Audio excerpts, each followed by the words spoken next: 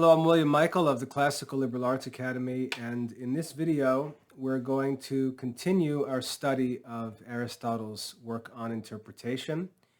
And as I get started with this video, we're going to be studying chapter 6 of On Interpretation, and I want to give students a warning that we're about to enter into some pretty deep water in our study over these next few chapters.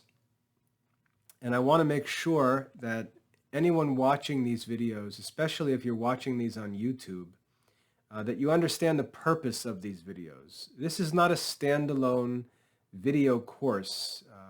This is a part of a program that's available in the Classical Liberal Arts Academy. These videos are just a resource provided to help my students in the Academy who are being directed to study the writings of Aristotle for mastery by actually reading them in English translation and in the long term, God willing, in the original languages. But these videos are not intended to be any kind of standalone source on Aristotle that anyone should be watching and then walking away imagining that they've studied Aristotle. These are simply tutorials meant to help students through their first reading of Aristotle's works, which I teach them that they need to read cyclically over a long period of time so that Aristotle can continually be used as commentary on Aristotle, because Aristotle explains Aristotle. So please don't misuse these videos. Please don't think of them in any way other than they're intended, which is to serve as one source of help for students in the Classical Liberal Arts Academy. Now, as we get into chapter 6, like I said, the water is going to start getting deep over the next few chapters. And if you've faked your way through the categories and through chapters 1 through 5, you're going to be found out eventually because you're not going to be able to continue. So if chapters 1 through 5, or if the content of the categories is still unclear to you and you're still unstable in it, you're welcome to keep reading, but realize that the intensity is going to pick up. The water is going to get deeper, and it's going to be very challenging if you're not able to proceed securely one step at a time as we move forward. So in chapter 6 here, Aristotle simply continues the topic that he got into in chapter 5. And just to review quickly, in chapter 1, we were introduced to the purpose of this work on interpretation. We learned and we clarified what was sought in the first book on the categories in Aristotle's Organon, and also what the goal was for this second book on interpretation in the Organon. We understand that the categories and on interpretation are preparatory works. They're getting us ready for the study of demonstrative reasoning in Aristotle's Analytics and dialectical reasoning in Aristotle's Topics. So we're getting prepared. We're being taught all the basics. We're assembling all the building materials and getting ready to build. This is not the building. This is just the preparation. We haven't even started yet. And so in On Interpretation, we're seeking to understand scientifically, we're seeking to understand enunciative speech or enunciation, which is a certain kind of speech which is true or false. And we learned that not every kind of speech is true or false. A prayer, for example, a command, a question. There are many different kinds of speech which are not true or false. Normally, if you study grammar, you know that these are expressed in different moods or modes in verbs. Excuse me. The only kind of speech that is relevant in the study of reasoning is called enunciative speech, which is expressed in what we call the indicative mood in grammar. And we learned about that in the last few chapters. And then in chapter 5, we learned that enunciative speech can be divided into a number of different kinds. We learned that there's simple enunciative speech and composite enunciative speech, and that simple enunciative speech can divide into affirmation and negation. Let me show you this. At the end of chapter 5, we actually were given a definition of simple enunciation. Okay, so we ended chapter 5 with the definition of simple enunciation. And then in chapter 6 here, we simply pick up and talk about the two kinds of simple enunciation. Affirmation in the first sentence and negation in the second sentence. So having said that, let's pick up with chapter 6 here and read through and discuss chapter 6 of Aristotle's On Interpretation. Excuse me one second. It's chapter 6. Let's read together. Affirmation, here's a definition, a working definition of affirmation. Affirmation is the enunciation of something concerning something. Affirmation is the enunciation of something concerning something. The affirmation or the enunciation of something, that is, to make an assertion about something, concerning some subject. That's what enunciation is. Affirmation is the enunciation of something concerning something. Negation is the enunciation of something from something, or division, separating one idea from another. Negation is the enunciation of something from something, saying this is not this. Okay?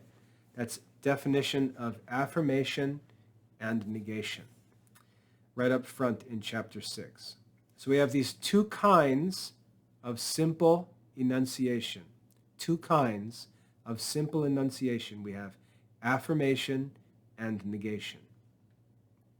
Let's move on here. Since, however, it is possible to enunciate. So if you understand what it means to enunciate, that's great. But let's consider how enunciative speech divides in a different way. So we've looked at how it divides according to simple enunciation and composite enunciation. We've divided enunciation according to unity, whether it's one or composite, simple or composite. That's one way to divide enunciative speech. But here's another way. The second way to divide enunciative speech is according to truth and falsehood. Remember, what makes enunciative speech to be enunciative speech is that it possesses truth or falsehood. Well, we can divide enunciative speech into enunciative speech that is true and enunciative speech that is false. We can divide the true into true affirmation and true negation. And we can divide the false into false affirmation and false negation. And that's what Aristotle explains in this next sentence. He says, it is possible to enunciate that which is inherent, actually, that which is inherent as if it were not inherent. That is, we can enunciate falsely. We can negate falsely. We can deny that something is inherent in a subject when it is in fact inherent. That would be false. Second, it is possible to enunciate that which is not inherent as if it were inherent. We can affirm something of a subject falsely. Thirdly, we can state that which is inherent as if it were inherent. That is, we can make a true affirmation. We can affirm or enunciate, let me be careful with the language. We can enunciate that which is inherent as if it were inherent. We can affirm truly. And that which is not inherent as if it were not inherent. We can deny truly. So we can affirm truly or falsely. We can deny truly or falsely. right? And he goes on to say, and in a similar manner about the times which are external to the present. So not only can we do those things with reference to the present tense, but we can also do them with reference to the past tense and to the future tense. Okay, so we can divide enunciative speech between the true and the false. There can be true affirmation, there can be true negation, there can be false affirmation and false negation. And that not only in the present tense, but also in the past tense or in the future tense, if we use verbs in different cases, as he said before. All right? So what? Well, here's the point. He says, this being the case, since we can affirm and deny, truly or falsely, because we can say whatever we want. This being the case, it is possible that whatever anyone affirms may be denied. Whatever anyone may affirms may be denied in speech. And whatever anyone denies, we may affirm in speech. Hence, it is evident that there is a negation opposite to every affirmation, and there is an affirmation opposite to every negation. And let this be called contradiction. Okay, so here in chapter 6, we're introduced to this concept of contradiction. Contradiction. There is a negation opposite to every affirmation, and there is an affirmation opposite to every negation. And this is contradiction. Now, there are going to be 3 terms that you're going to see in these readings that I want you to be careful to pay attention to. One is opposite, one is contradiction, and one is contrary.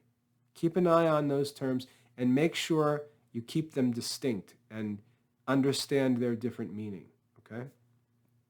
He says, there is a negation opposite to every affirmation.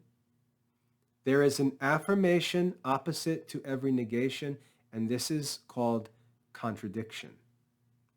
Okay? We're going to learn another term called contrariety or contraries, and that has a different idea. So we can deny any affirmation, and we can also affirm any negation. And when we speak a negation opposite to an affirmation, that's called contradiction. When we speak an affirmation opposite to a negation, that's called, again, contradiction. Okay, so we have to make sure we understand what contradiction is. We're going to continue talking about contradiction in future chapters. We have to make sure we understand what it is. It's to affirm the opposite of what is denied and to deny the opposite of what is affirmed. And the word the opposite is important because what we say has to actually be the opposite of what is affirmed or denied. It has to actually be the opposite. And we're going to learn with contraries that there are statements that we can make that appear to be contradictions. It appears to be the opposite, but it's not actually the opposite. It's not actually the opposite. Okay? And just to give you sort of a preview, just so you're not tormented wondering, what this might be. If I were to say, all men are tall. Okay, all men are tall. If I were to assert that, it's an affirmation. All men are tall. What would the opposite of that be? If I wanted to deny that affirmation, if I wanted to state the opposite of that affirmation, all men are tall, what would the opposite actually be? What would the contradiction be? All men are tall. Would it be no men are tall? No, it wouldn't. The opposite of all men are tall is not no men are tall. The contradiction of all men are tall is not no men are tall. It's that, let me put it this way. Take all men are tall, and if you want to write this down, it'll visualize this really helpfully. The original affirmation is all men are tall. And don't stress about this because we're going to study this in detail in future chapters. I'm just giving you a preview. If we take all men are tall and write that on a piece of paper, all men are tall. Now put that in parentheses and just write, it is not true that all men are tall. That would be to deny the affirmation, to simply say, it is not true that all men are tall. Okay? That's contradiction. But what would that statement actually be? If I say, all men are tall, and then I deny that and say, it is not true that all men are tall. What am I saying? What's the equivalent of that expression? And what it is some men are not tall. That's the opposite. That's the contradiction. All men are tall. The contradiction is some men are not tall. And when we use the word some in reasoning, it simply means one or more. Okay, so you can see the apparent opposite would be all men are tall. That's not true. No men are tall. That's not the opposite. That's not a contradiction. That's a contrary. You're going to see that's a different kind of opposition. Okay? But contradiction is to deny the affirmation that's made. And like I said, using the method that I explained, where take the statement, write it, put it in parentheses, and then right before it, it is not true that gives you a clear sense of a contradiction. And again, we're going to study this in detail as we move forward. So let's think of a negation to give another example. If I say, no men are happy. No men are happy. What's the opposite? It's not all men are happy. That's not the opposite. Take no men are happy, put it in parentheses, and then right before it, it is not true that no men are happy. The contradiction of no men are happy is some men are happy. Some men are happy. Okay? So we're going to learn that it's not so simple. We have to actually identify the true contradiction of an affirmation or a negation. And that requires the study of this science of reasoning.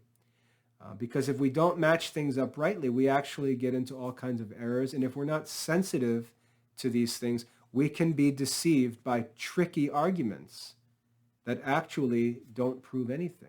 And that's where we're getting to. That's why we have to study these elements of reasoning. All right, so let's get back to the text here. That was just to give you a preview. I hope it was helpful, but please don't waste too much time trying to dig into that or jump ahead. We're going to get into that in detail, but I just wanted to give you a sense of where Aristotle's going with this so you can understand what he's talking about, okay?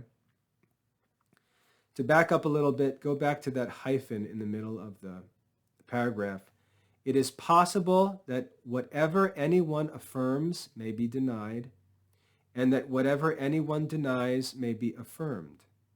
Hence, it is evident that there is a negation opposite to every affirmation, and there is an affirmation opposite to every negation. And let this be called contradiction. Okay?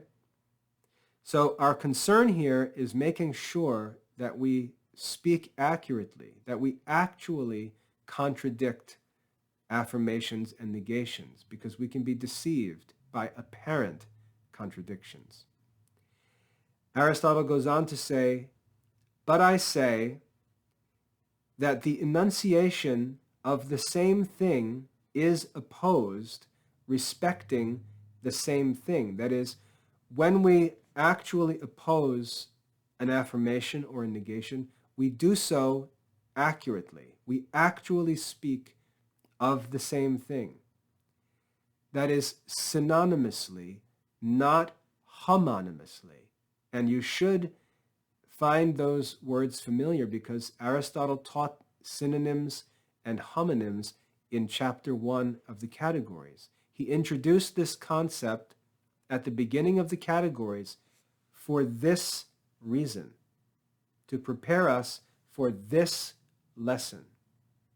The enunciation of the same thing must be opposed respecting the same thing. That is, we must be careful that our speech is synonymous, that the words that we use actually represent the same ideas every time that we use them. Not homonymously, not with the ideas changing while the words stay the same. That's a source of error. That's a source of confusion or deception. And such other particulars of this kind as we have concluded against sophistical importunities. What does that mean? Aristotle explains that we've talked about this with regard to the sophistical importunities, that is, the annoying troubles caused by the sophists, by those fake reasoners, by those deceivers that lived in ancient Greece, who were Aristotle's arch enemies. Aristotle's interest in rhetoric and reasoning was motivated by his desire to destroy sophists in ancient Greece. He knew that they were a present danger for Greek society. He knew that they were capable of carrying out all kinds of evil in ancient Greece, especially as democratic ideas developed. And he worked to demonstrate the false teachings, the false reasonings of the sophists. That was his motivation to establish the science and art of reasoning. And so he's explaining how we have to learn what true contradiction is. We have to make sure that we speak synonymously and not homonymously, because that is the method by which the sophists carry out their tricks, all of their apparent but false arguments that deceive people. We have to make sure that we're speaking synonymously, not homonymously, as we have concluded against sophistical importunities or the annoyances of the sophists. Okay? So, in chapter 6, we have the division of simple enunciation into affirmation and negation. We then have an additional division of enunciative speech into the true and the false. And there can be true affirmation or negation. There can be false affirmation or negation. So we have this second mode or manner or way of dividing enunciative speech according to the true and the false. In chapter 5, we learned about the division of enunciative speech into the simple and composite. Here we learn about the division of enunciative speech into the true and the false. And he explains that for every, just to get this language crystal clear, he says, there is a negation opposite to every affirmation, and there is an affirmation opposite to every negation, and this is contradiction. So if you're going to summarize chapter 6, you can say in chapter 6 of On Interpretation, Aristotle introduces us to the division of enunciative speech with regard to truth, and he introduces the concept of contradiction, the ability to negate any affirmation or affirm any negation. Okay, so that's what we study here in chapter 6. As I said, we're going to go on studying contradiction, getting into this in detail, and the water is going to get deeper. So make sure you take your time, review the categories, review the first 5 chapters of On Interpretation, study chapter 6 here for mastery, because these are our tools. This is our toolbox, and we're going to have to go put these tools to work. And if you're not skilled with them, you can keep moving along, but you're going to be exposed because you're not going to be able to do the work. And It's going to get more difficult quickly, especially by, let's say, chapters 8 and 9. It gets quite difficult. So make sure you understand the concepts we've studied so far. Study these lessons for mastery. Go back and reread chapters 1 through 5. Study and read and reread chapter 6 until you know every part of it and you know that you understand the meaning of every line. Don't skip. Don't try to rush ahead. You're wasting your time. Study it carefully. Make sure you understand every line and move forward one step at a time, adding a new tool to your toolbox in each chapter. I hope that's helpful. God bless your studies.